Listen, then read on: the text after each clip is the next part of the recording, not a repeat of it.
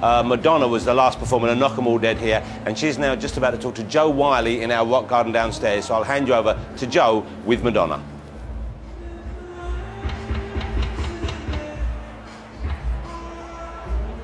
We're not getting this sound here. Could I have this sound? Even before I've had a drink of water, okay? I know, which is really harsh. I'm sorry about that. That's okay. Okay.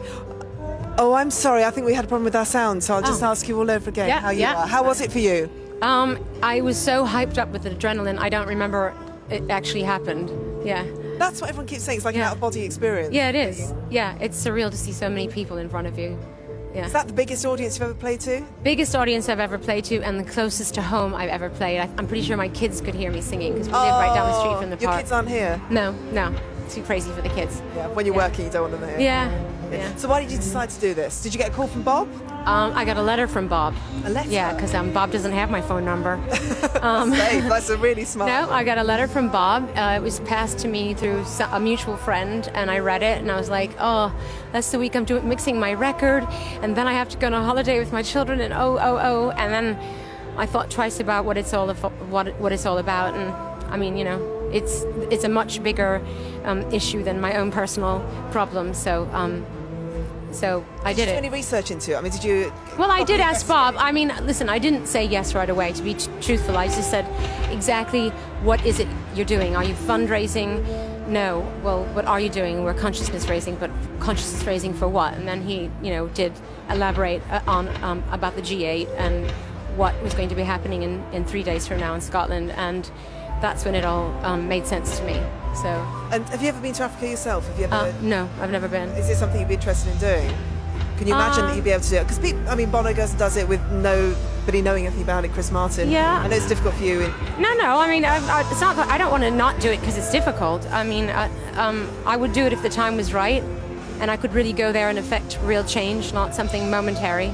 But just to see what's going on in Africa and yourself, yeah. No, well, I mean, I do have friends that go there, and I do know to a certain extent what's going on there, from Bill Clinton and Christian Amanpour, who are both friends of mine. But obviously, nothing is like actually being there and witnessing it with those people. Yeah, exactly. Okay. Yeah. So maybe sometime. Yeah, definitely. Okay. And do you think it's actually been successful today? Do you think it's actually successful in raising awareness? Absolutely successful in terms of raising awareness, but I think more than anything, the pressure that it's going to put on the world leaders who are meeting in 3 days to decide whether to remove debts and increase funding and change trade laws, etc., that's the most important thing, and hopefully we will have achieved that. I mean, and as far as I know, changes have already been made. Okay. So. Live8, originally, you were there, you were part of the original crew that were there. How does wearing a horrible outfit. What are your memories of it? Once again, incredibly surreal. It was one of the first shows I ever did live, and to have that many people in front of me was a bit strange. Yeah, strange. So terrifying. Terrifying, yeah. I wasn't as scared this time, just kind of bold. But it had quite a big effect on your career, didn't it? I'm not saying that you should necessarily profit it. Sorry? Yeah, of course it did, because people saw you and... I don't remember. That was a long time ago. It's a fair time ago. Yeah. Very much time ago. So you didn't have to do this because you are doing other stuff at the moment. What were you doing? You're mixing the album, or...? I'm recording a record, I'm editing a documentary, and... What's the documentary? It's a documentary I made of my tour. Ah. So, like, Truth or Dare Part 2 kind of thing. Yeah.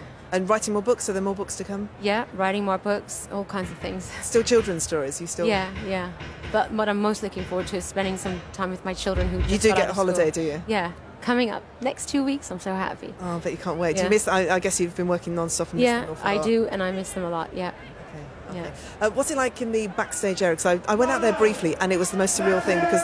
Well, I got to meet my most favorite comedian in the whole world, Ricky Gervais. That was the highlight of my day, I've got to say. Okay. I worship him, and I told him I would sweep his floor for him if he would employ me in such a fashion, and he agreed to it, so that's cool. And what was his response? He said, "Who are you?" Good, and that's why we all love Ricky. Thank you very much, Steve, for talking to us, and well done. My pleasure. That was stunning, really. Thank you very much. Okay, thank you. How insufferable is Ricky Gervais going to be now? That's Madonna, over on the stage now, Snow Patrol.